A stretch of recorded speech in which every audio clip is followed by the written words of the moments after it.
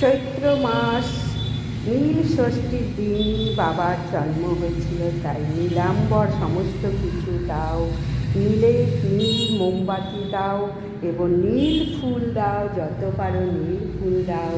মহাদেব বাবা তারকনাথ অনেক অনেক অনেক বেশি খুশি হবে। আর সাদা জিনিস, সাদা মিষ্টি, এই দেখো সাদা তিলের খাজা, সাদা সন্দেশ, দুধ, দই, সাদা মিষ্টি যত পারো দাও। শ্বেত মহাদেবকেও সুন্দর করে অভিষেক করাও।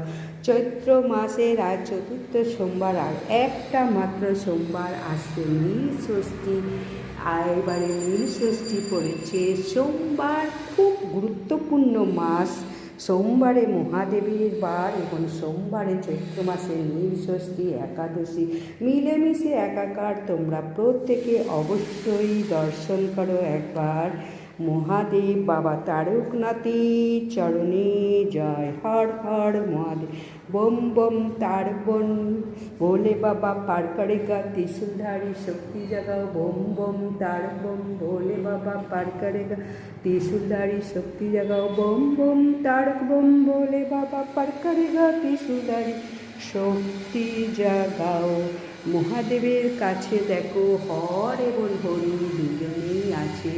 হর যেখানে হরিও সেখানে, তাই এবারে একাদশী এবং নীল ষষ্ঠী একদিনে তোমরা খুব সুন্দরভাবে পালন করো। নীলের ঘরে দিয়ে বাতি জলখাও গো পুত্রবতী।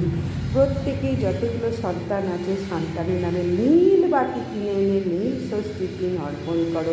সন্ধেবেলা দিলে বেশি ভালো হয়, তা না হলে দুপুর 12টার পর অবশ্যই তোমরা বাতি জ্বালাবে। 12টার আগে কিন্তু জ্বালিও না, তাহলে কিন্তু কোনো ফল পাবে না।